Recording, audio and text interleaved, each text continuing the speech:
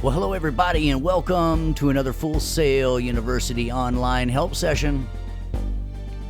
My name is Steve Kane, and once again I am here with the Audio Workstations class.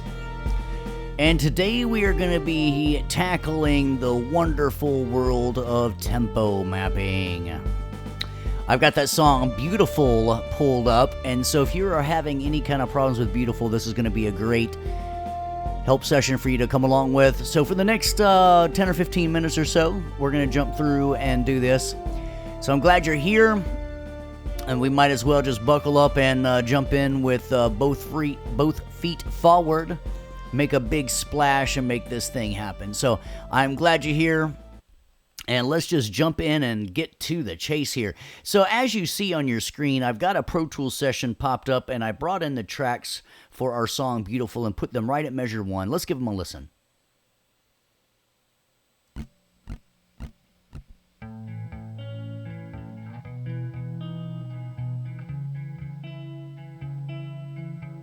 Sounding pretty good, right? They recorded it without a click track. So unfortunately, when we have our click track here and we unmute it, you'll notice that it does not match.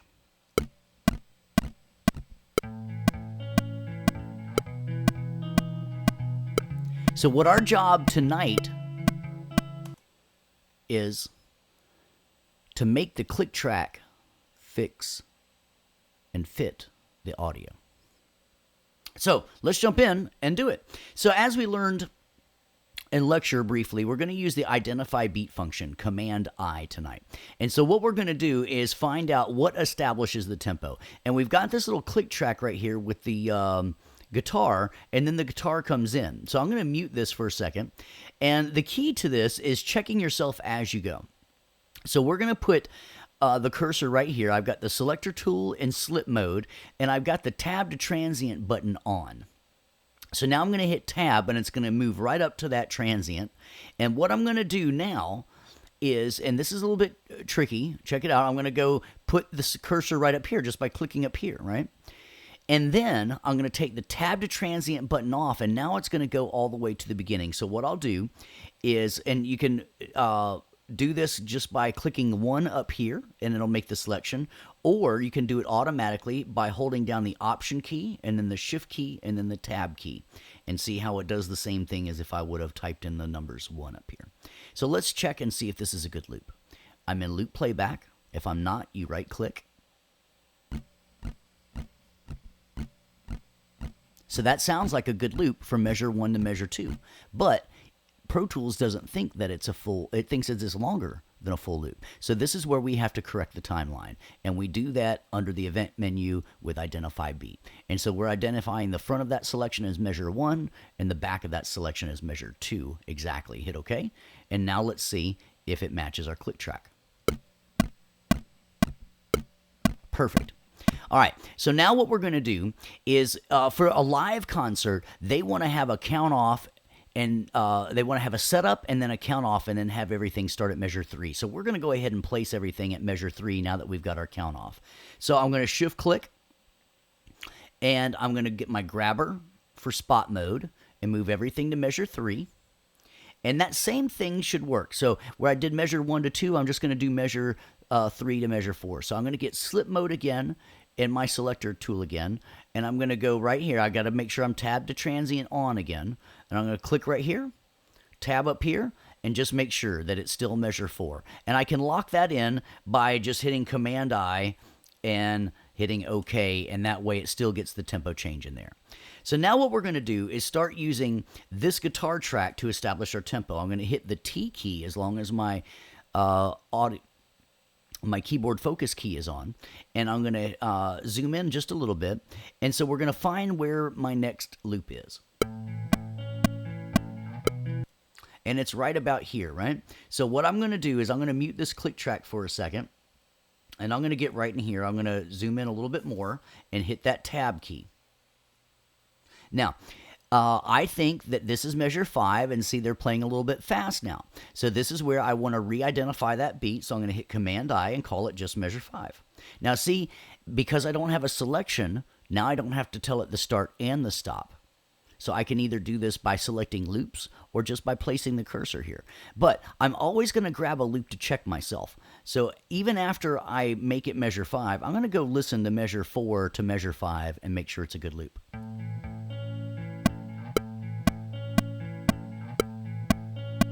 Perfect. So now I'm going to go look at measure 6. And it's right here. So I'm going to put my cursor just before it, hit tab, make sure it's exactly there, and look, they rushed it just a little bit, so I'm going to go re-identify that until it's exactly measure 6. And now I can go check myself with a good loop. And let's go get one more. Let's go get number 7. So look at this part right here. As I look at measure 7, this is going to be hard for me to pick out. So I'll go ahead and look for measure 8 now.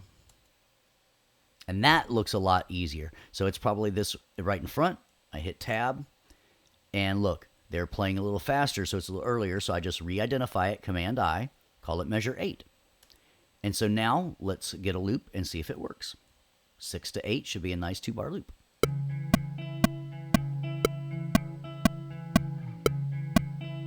Sounds good to me. So we got measure 8. Let's go ahead and do it every 2 bars. Let's go to measure 10. And look, looks like they maybe slowed down just a little bit, so let's just hit tab to transient. See, it's a little bit late, so we'll just call it, we'll re-identify it as exactly measure 10. And we will get a 2-bar loop just to check it. And the reason I like doing this,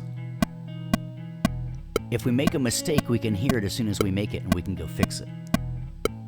So our click track is really sounding good now.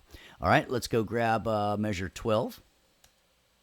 That's right here, so I'm going to click beforehand, tab, and see, they're playing up just a little bit faster and faster, creeping up as they get excited. No worries, we track it exactly. Now we should just have that nice hold there.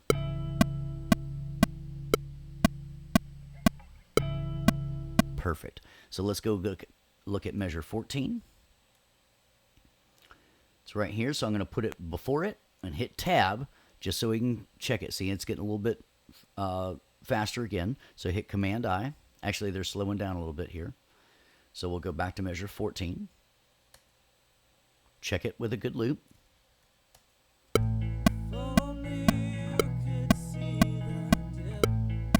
All right, we're sounding good. Let's go check measure 16. Look, see, now they're playing a little faster, so we'll put it in front.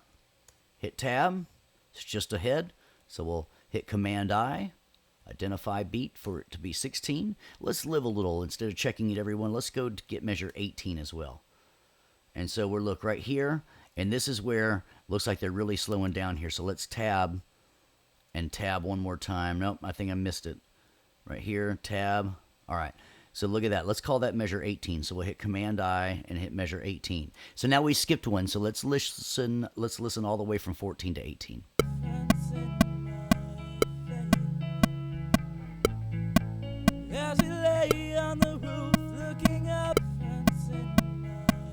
Sounds good, doesn't it?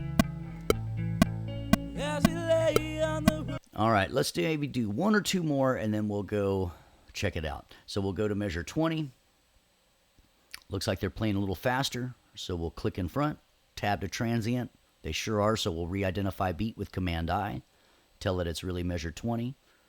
Let's check it out with measure 18. See if it's a good loop. That the stars that shine on where we live, that the stars that... Sounds good. And let's do one last one at 22 here. And this is where looks like they're almost right on it, but we want to check.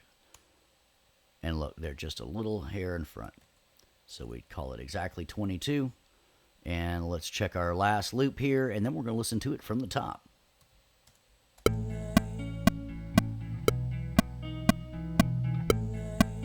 Perfect. So now let's go listen back from the beginning. Our click track should match. And then after we are done, after the last tempo change, you're going to hear it drift again. See, they're all minor differences, but it's okay. It feels good. It doesn't feel like a robot this way. But now with the click track matching, we'll be able to fix our MIDI events and such with quantize and things. All right, now get ready. I want you to hear how the click track is going to start drifting after this.